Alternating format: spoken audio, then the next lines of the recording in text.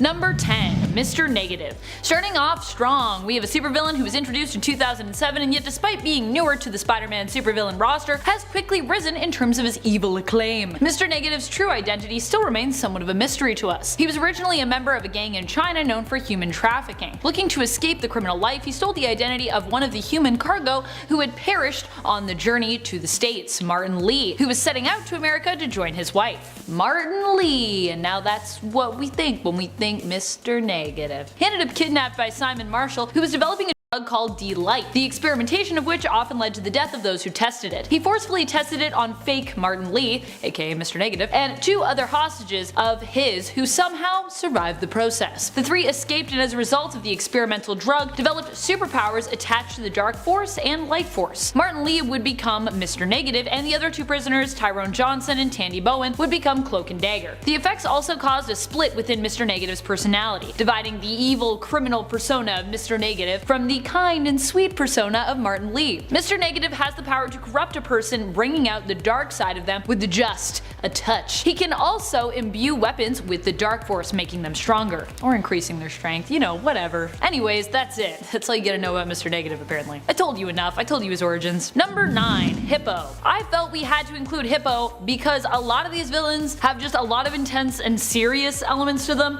and they're all terrifying in their own way, but Hippo does a good job of providing some of the lightness to the new Spider-Man villain scene. After all, Spider-Man comics are often known for having some of the most, ridiculous villains? Comical villains? How can we put that? I don't want to insult them. Not to say that hippos aren't terrifying, by the way, because they are. You don't want to mess with a hippo. I know that. I certainly would not mess with a hippo. Still, Mrs. Fluffy Lumpkins, as Hippo was once known when he was a zoo animal, has a pretty comical backstory, being transformed randomly by the High Evolutionary and then setting out to rob banks because he knows no one would hire a semi-human hippo. The life of a supervillain. It's tough when you're part hippo, part human. Number 8. Massacre. Massacre is a pretty meaningful villain when it comes to those of them that reflect the issues of the times as well, though he is a little on the nose when it comes to this. He was caught up in an attack on Wall Street, and while his wife died during the attack, he survived, though shrapnel became lodged in his brain, and this shrapnel affected his feelings, causing him to basically become detached from his own emotions and his own humanity, enabling him to become a sociopathic villain. He set up shooting people at random, but was apprehended and spared by Spider-Man. He then did some time in Ravencroft, basically the Arkham Asylum of Marvel. After getting out of Ravencroft though, he went right back going on a shooting spree. But this time he was able to leverage millions of dollars out of the mass shooting. During this attack though, he was confronted by Superior Spider-Man, aka Otto Octavius, who was in Spider-Man's body. Otto shot him and this allowed Massacre to feel fear again for the first time, which he reveled in before he basically died. But he might not be dead, so it's fine. Number 7. The Inheritors. Not everyone is a huge fan of these energy vampires, but they play an integral role in the Spider-Verse story arc. And both of the Spider-Verse story arcs, to be honest, Spider-Verse and Spider-Geddon. The family of vampires who feed off of spider totems and any other animal-based totems were an extension of the original villain, Morlun. Morlun first appeared in the Spider-Man comics in 2001, and it wasn't until 2014 that we would meet the rest of his family, the Inheritors. These energy vampires threaten the existence of the entire Spider-Verse on more than one occasion. The Card himself, who was part of the Inheritor family, would end up defecting, becoming the Master Weaver. In the end, when the Inheritors ended up cloned and returned due to the error of Superior Spider-Man, the head of the family, Solus, and the rest of the Inheritors ended up defeated at the hands of an Enigma Force-powered Miles Morales armed with the Sword Vigor. And it was discovered that Solus was actually behind all the endless hunger that all of his family felt. Because of this, the Spider Army decided to bring back the Inheritors once more, with each of their consciousness transferred into a baby clone of each of them. Free from the hunger that made them evil, they were then all adopted by Spider-Man. Ah, cutest little baby villains ever. We'll see if they grow up to be evil, but I doubt it. They're pretty cute. Number 6. Regent. Regent was also known as Augustus Roman. What a name, by the way, Augustus Roman. He was the man behind a prison known as the Cellar on Rikers Island, which housed some of the most dangerous criminals. Rikers Island itself is known for prisons of this sort. The difference with this one was that Roman was actually using the prison as a means of creating his own superpowered suit to go after the Avengers with. He was mistreating the prisoners, using them for their powers, which he was then able to utilize within his own suit. Roman was obsessed with controlling and containing the superpowered abilities of all superhumans, which he also aimed to do with the Avengers. This had a lot to do with his own backstory. He's got some feelings about superhumans, let me just say. During his fight with the team, we got to see him take on not just Spider-Man, but we also saw MJ join the fight as well, donning the Iron Spider suit. I love when writers let MJ get involved in some of the action. Regent proved to be a challenging foe for the Avenger team, and for Spider-Man, and for MJ, for everyone that was involved. Number 5. Red Goblin. During a fight with Spider-Man in the Amazing Spider-Man Volume 1, issue 798, it was revealed that Norman Osborn was bonded with the Carnage symbiote. Dun dun dun. Very scary stuff, guys, very scary stuff here. Spider-Man, of course, had an appropriate response to this news, and I've got a page from that comic in the links below there for you guys. Red Goblin then proceeded to threaten Spider-Man's loved ones, promising he would kill them, not even as Green Goblin would with like a fall, but only as the Red Goblin could, unless Peter Parker gave up being Spider-Man. Also, the Red Goblin killing your family and loved ones is like definitely not a good idea. Terrified Parker agreed to the Red Goblin's terms, but of course he double-crossed him, promising at the end of the comic to fight on, not as Spider-Man, but as Peter Parker.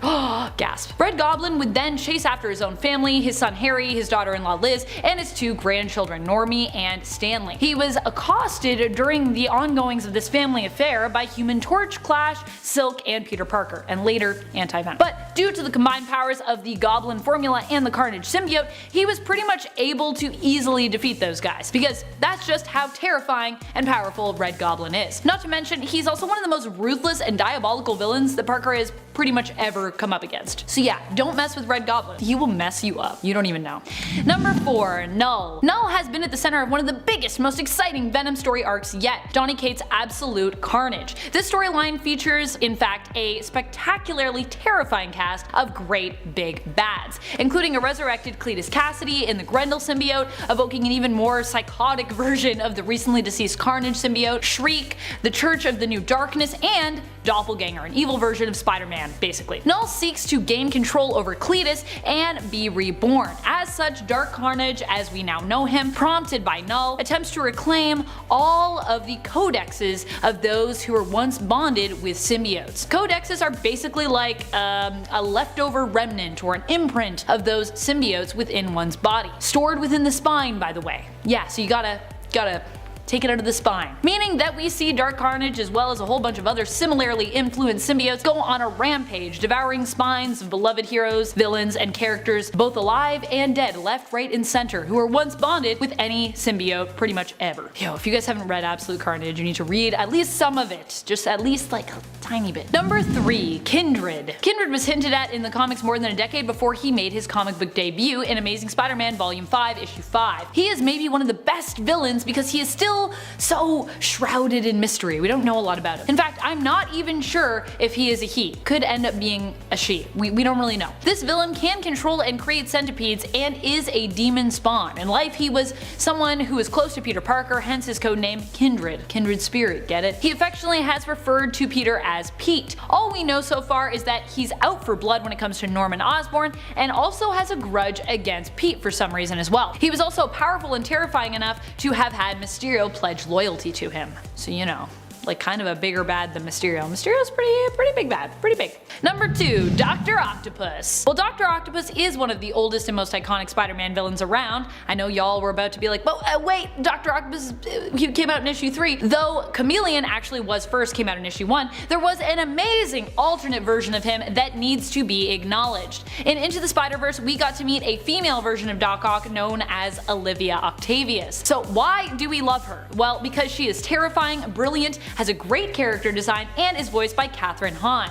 And because she was also unexpected. When you're making superhero movies or even writing comics today, it's hard to keep things feeling fresh and unpredictable. And this was honestly something I myself was not expecting when I was watching the movie. I also just love that she has kind of like a Tom Baker's Doctor Who vibe going on with her headband and her scarf. I don't know if that was intentional or not, but I just felt like it was cool. Maybe I'm just imagining things because I love Doctor Who too much. You asked for the newest villains and you you've got it. Cadaverous first appeared in the 2019 Spider-Man series co-written by J.J. Abrams and his son Henry Abrams. It's an experience. Cadaverous is a combination of technology and organic parts, a human face, and almost human mind, albeit one that seems to struggle to speak properly. Takes him forever to get a sentence out. Make up this huge cybernetic monster. In the first issue, we handily see him defeat Peter as Spider-Man and kill MJ, leaving their son Ben to grow up moody and without his mom, and sort of without his dad, who abandoned him. He's got a hook hand, life is hard. It now seems that Cadaverous has a villainous plot, and that young Ben and possibly his absentee hook-handed father Peter will have to work together to unravel and eventually stop said plot. Oh yeah, and he's also got an army of robots. Number 10. MINDWORM. MINDWORM, aka William Turner, but not the William Turner from Pirates of the Caribbean, is very powerful with his mind, allowing himself to read people's thoughts, drain people's energy, and create illusions. MINDWORM has a very large head and brain that he was born with. At one time, he was neighbors to Flash Thompson and Peter Parker when he moved in with Flash. Since MINDWORM was always feeding off people's minds, it was no surprise that he was trying to feed off of Peter's mind as well. But since Peter's so smart, he could fight off MINDWORM's attack to his mind. This upset MINDWORM, and he later fought Peter, but of course he was unsuccessful and lost. MINDWORM used this as an opportunity to figure out why he was even doing this, and after taking a hard look at himself, and realizing that his anger was coming from what happened to his parents, he makes peace with Peter, and he even uses his slogan, "With great power comes great responsibility." Unfortunately, MINDWORM's story doesn't end great, since criminals manipulate him back to a life of crime, and he went back to prison, and afterwards he was killed by a group of people on the street. It's pretty depressing. Number 9. The Spot. So before he became the Spot, he was known as a guy named Jonathan, a scientist who was working for none other than Kingpin. Yes, so he has to be pretty evil working for a guy like Kingpin. Anyways, Kingpin wanted Jonathan to figure out a way to replicate Cloak's powers. Not such an easy task, as Jonathan would soon find out. Instead, he opened up a portal that sent him into a spotted dimension. I wonder if that's where he got his name from. When he was inside that dimension, his skin changed to where he had black spots all over bleached white skin. These spots were all around his entire body, and would allow him to teleport anything that he touches. He hated Spider-Man so much that he even formed a group with some of the people that will show up later on this list. Spoiler alert, one of them may be Grizzly or maybe Kangaroo. Maybe, but you'll have to keep watching to find out if that's true. But they were part of the Spider-Man Revenge Squad. Of course, it didn't really work out for him. Number 8. The Living Brain. So the Living Brain was created by the character Dr. Petty, and is basically an artificial intelligence robot machine. There was nothing that the Living Brain couldn't solve. So when it was brought to a high school, it gave 2 people a pretty good idea of what they could do with this crazy robot. They had the idea to steal it and use it for whatever they would go out and gamble. They attempted to steal it, but Dr. Petty didn't want to lose his creation and fought them off, and caused one of them to hit the Living Brain, damaging it and causing it to lose control of itself. It then turned on everyone and was on a mission to destroy, but luckily Spider-Man defeated it and saved the day. The Living Brain has appeared several times after this by, people either trying to use it to take down bullies or try to rob banks. The Living Brain was even part of the Sinister Six at one point. Number 7. Swarm. This is definitely a weird one. So are a lot of these ones on this list.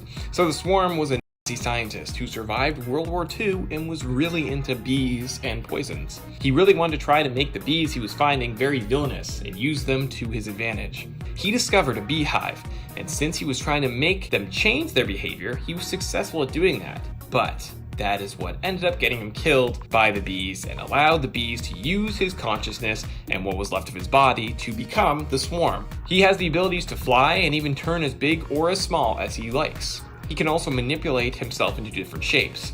This makes it very hard for Spider-Man to fight him, since really he's just a swarm of bees. He also could control not only bees, but any type of insect. Number 6. Leapfrog. So Leapfrog, aka Vincent Patillo, loved to invent an assortment of just random items. He always wanted more though after every invention, and he was never really satisfied. That is, until he developed this invention so that he would be able to leap several stories in the air. He used this invention and created a suit to become the Leapfrog. This is how he began to get into the criminal world, but he didn't have the greatest success there, and there's not a lot about him. Number 5. PLANTMAN. Samuel Smithers was obsessed with plants and even studied them throughout his jobs. He wanted to invent a device that allowed communication between plants and humans. He had been working on this ray gun that he thought could actually make it work and create this open line of communication. It was only when it was hit by lightning when it actually got the ability to control plants. You know, he had superhuman strength and he has the ability to communicate and control plants. After he placed Captain America in a coma with his invention Pretty Poison, he got the attention of Spider-Man, who teamed up with the Falcon to take down PLANTMAN and get the cure for Captain America. Number 4, Grizzly. Maxwell Markham, aka Grizzly, is quite the strange supervillain. Basically, he looks like an actual grizzly bear in this mechanical suit. His story is that he used to be a wrestler until J. Jonah Jameson ruined his career with one article, which was the reason why he lost his license to be a pro wrestler. He wanted revenge on the man who ruined his career and later attacked the Daily Bugle. Spider-Man showed up and was able to take down Grizzly and sent him straight to prison. Grizzly had super strength, durability, and super sharp claws. Number 3, Kangaroo. Before Frank Oliver became the Kangaroo, he was just some guy who loved studying kangaroo back at his home in Australia. He used to be a boxer, but he got kicked out for how he fought and really hurt one of his other opponents. When he made his way over to America, he got quite into trouble and even caught the eye of Spider-Man, since Kangaroo had stolen an armored truck. But Spider-Man was able to apprehend him. Kangaroo later got surgery by Dr. Jonas Harrow, and this is what gave him his powers where he could actually leap like a kangaroo, but a lot higher and much further. Apparently, even before his surgery, he did have kind of some abilities where he could leap more so than the average human, but not to the extent of what the surgery gave him. Number 2, Big Wheel. Jackson Wheel, aka Big Wheel, got the Tinkerer to make him this big armored wheel that would, lead him to become the Big Wheel. This all started because Rocket Racer, someone he hired to find any dirt on himself, wanted more money for something extremely bad that he found on Wheel, something that would ruin his entire job in life. He found out about the Tinkerer from Rocket Racer, which led him to the creation of the armored wheel. He attacked Rocket Racer during a fight with Spider-Man. He almost killed Rocket Racer, but Spider-Man saved him, and then Big Wheel lost control, went into the river, and was later arrested and sent to prison. But don't worry, he was back to a life of crime shortly after that. They always do. Number 1, The Wall. Yes, there was a supervillain named The Wall that has gone up against Spider-Man in the past. And a little fun story, I remember hearing about this villain a few years ago from my friend who was going back and he was reading all of the original Amazing Spider-Man issues. I remember he sent me a picture while he was reading it, and I literally could not stop laughing because his slogan was, "This is one wall you will never crawl." I mean, it's weird, but at the same time, it's kind of amazing. Like, he's definitely one of the most weird and just strange supervillains that Spider-Man has ever gone up against. Okay, so a little backstory. Joshua Waldemeier, wow, had the job of laying bricks down, and one day, an explosion happened and hit a brick wall that had just been built, sending it crashing down and burying him under all of these bricks. But didn't kill him. And actually, the bricks merged with his body, which turned him into the wall. Since he was an actual wall, Spider-Man had a hard time affecting him with any and all physical attacks. Spider-Man's web attacks didn't even work on him. But they later found themselves sitting on a bench and just working things out like two grown adults. A grown man spider and a grown man wall. Number 10, White Rabbit. You might not think of Lorena Dodson as being a very dark villain. She's just a woman after all who's obsessed with Alice in Wonderland and basically turned to a life of crime because she was bored. Her greatest power is her wealth, which allows her the gadgets and goons she needs to be a supervillain and a criminal. However, during the Absolute Carnage tie-in, Symbiote Spider-Man, we get a little side story involving a man who once wore the symbiote suit unknowingly that also features Dodson. In it, she ends up aiming to scare the man who is actually a judge that condemns her in court after being a witness to her causing a public disturbance and assaulting civilians at a local burger joint. Her scare attempt, however, results in the death of the man's son, who goes into cardiac arrest. The whole story is pretty dark. Number 9, Morbius. Morbius isn't always a Spider-Man villain, but he did start out in the comics that way. Although he is more of a neutral figure inherently, his pseudoscientific vampirism and bloodthirst often put him in the villain category, and put him in conflict with none other than Spider-Man. Which I also kind of get, considering that the first time they met, like most old school comics, they had some miscommunication which led to a fight between Morbius, the Lizard, and Spider-Man. And during the fight, everyone seemed to miraculously discover they needed the other's blood to become cured from their ailment. And so the blood wars began, and the stealing and baiting of blood would become a common trope for the sometimes villain known as Morbius. He's like a blood bandit. He loves to steal that blood. Number 8. Tombstone. Some might think that Tombstone is some kind of zombie or Frankenstein's monster type villain just based on his look. While Lonnie Lincoln was later on mutated by exposure to a chemical, which granted him superhuman strength and durability, previous to this, he was actually just a crime boss with albinism. In fact, it was likely all the teasing that he suffered as a child due to his condition that likely encouraged him to become an indomitable criminal, filing down his teeth to appear more intimidating. His dark, grim, yet striking appearance is also a result of the time period in which he was introduced. Tombstone made his first appearance in the Web of Spider-Man series in 1988. He's definitely got a very 80s villain look. Number 7. Sauron. We've talked about the dark tragedy that is Morbius' existence, and now it's time to talk about another monster villain of Spider-Man's rogue gallery, Sauron. Carl Lycos was bit by pteranodons from the Savage Lands while on an expedition with his father. These bites would cause Carl to transform later on, causing him to need to drain the life energy of others in order to survive, basically turning him into an energy vampire. But from there, his story would only get more strange and tragic. While siphoning energy from a mutant, he underwent a further transformation, turning him into a hybrid creature, part pteranodon, part human. While Sauron was originally introduced as a villain during the X-Men comics, Spider-Man would face him during his time working alongside the mutants, both taking on Sauron and the team known as the Savage Mutates, and later fighting against Sauron with his own mutant class that he was currently leading and teaching. I love Spider-Man as a mutant teacher, I think it's super cute. Number 6. KAINE.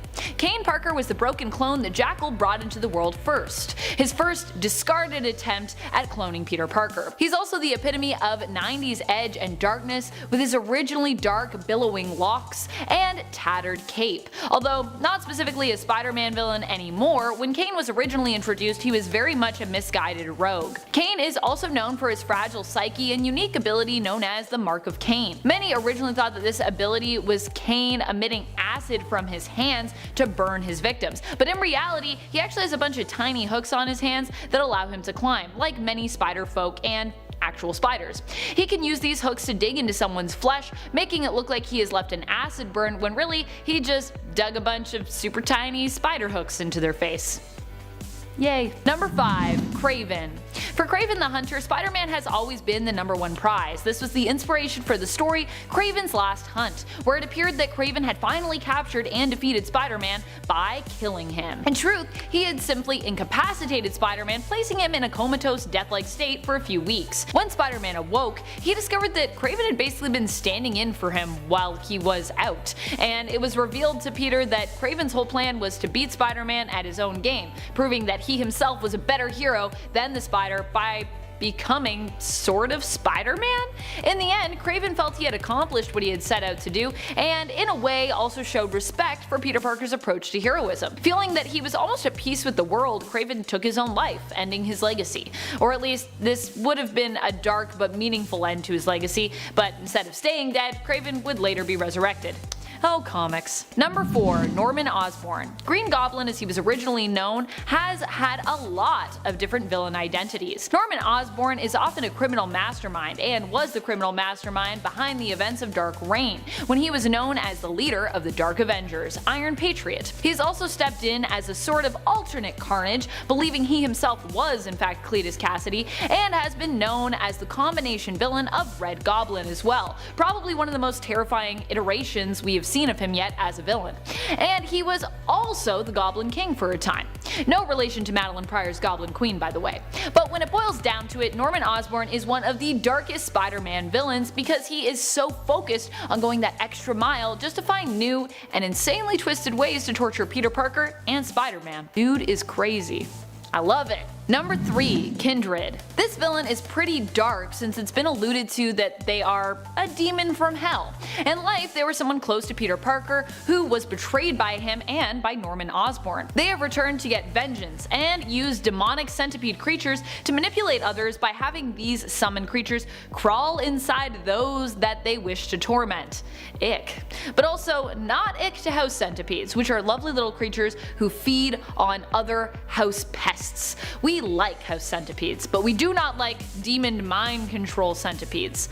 Except MJ maybe is a fan, as she was actually pretty nice to Kindred centipedes prior to us really knowing that they were definitely a villain out to get revenge on Peter Parker, of course. Number 2. Carnage.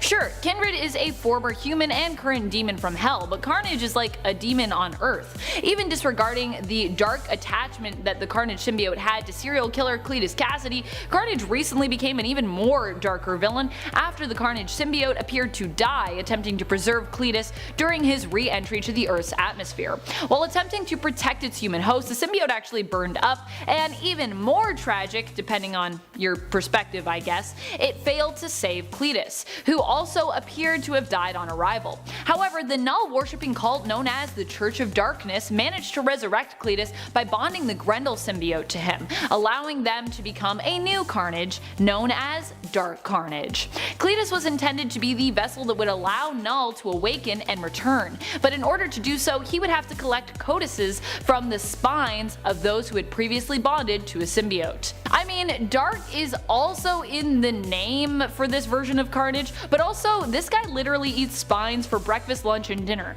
So yeah, pretty dark.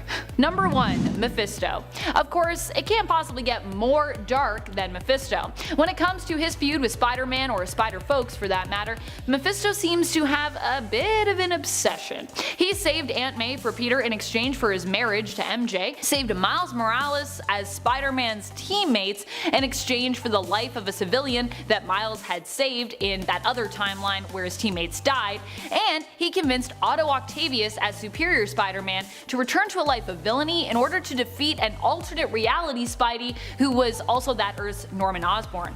That's like getting rid of 2 Spider-Men with 1 stone. I like to imagine he keeps these little wins and trophies in a shrine that he has in his closet, because he is secretly the biggest Spider-Man fan ever. He even possessed Gwenpool's brother, and she's really only a small percentage related to the Spider-Verse as a sort of alternate version of Gwen Stacy mixed with Deadpool.